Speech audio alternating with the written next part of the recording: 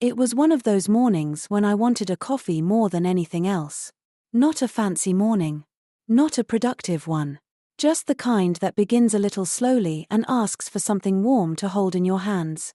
The cafe was already busy. People were lining up in soft coats and half-finished thoughts. Someone was looking at the menu as if it might offer life advice. Someone else had a laptop open and the expression of a person who had been awake too long. I joined the line and quietly practiced the only sentence I really needed.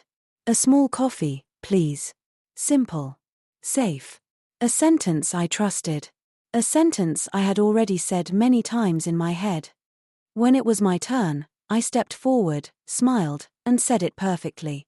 A small coffee, please. The barista nodded. Everything was going well. So well, in fact, that I relaxed too early. Then she asked the next question. Quickly. Naturally. One of those easy little questions that native speakers hardly seem to notice. I heard the sound of it, but not the shape. And somehow, my mind decided she had asked, right now or later. Which, in the moment, made enough sense. Maybe she meant did I want it immediately, or after I sat down. Maybe cafes had a system I did not yet understand. Maybe this country was much more organized than I was. So I smiled politely and answered, right now. With confidence. Gentle, unnecessary confidence. The kind that often appears exactly before things begin to go wrong. The barista blinked once. Not rudely. Not dramatically. Just enough for me to feel that the air had shifted a little. Then she asked again, a bit more slowly, for here or to go. And that was the moment everything fell into place. Not right now or later. Not a question about the pace of my morning. Just a cup question. A very normal cafe question. The kind of question everyone around me probably understood at once. I laughed. Quietly at first. Then a little more. Not because it was the biggest mistake I had ever made, but because it was such a familiar kind of misunderstanding. So close to making sense. So completely wrong. To go, I said.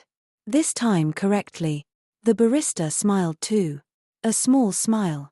Warm, not amused. As if she had seen many mornings like mine. And maybe she had. I moved aside to wait for my coffee and watched the next few customers order. 4 here. To go. 4 here. To go. Suddenly the whole cafe was speaking in a language pattern I should have noticed before. It always seems simple a few seconds later. That is the strange part about learning a language. Sometimes you do not miss the whole sentence. You only miss one tiny turn, one familiar phrase, one everyday rhythm. And then your mind, trying to be helpful, fills in the rest with whatever feels possible. A few minutes later, my name was called. I picked up my coffee, thanked the barista, and stepped outside. The air was cool. The cup was warm.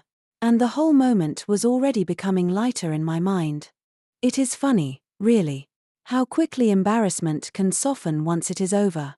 While you are standing in it, it feels bright and awkward, as if everyone can see it. But then the door opens, you walk back outside, and it becomes just another small story you get to keep. And maybe that is part of settling into a new language too. Not avoiding every mistake. Not waiting until every answer is perfect. Just letting yourself have these little moments, and finding that they pass more gently than you thought they would. So no, she was not asking right now or later. She was only asking, for here or to go. And yes, I answered a different question entirely.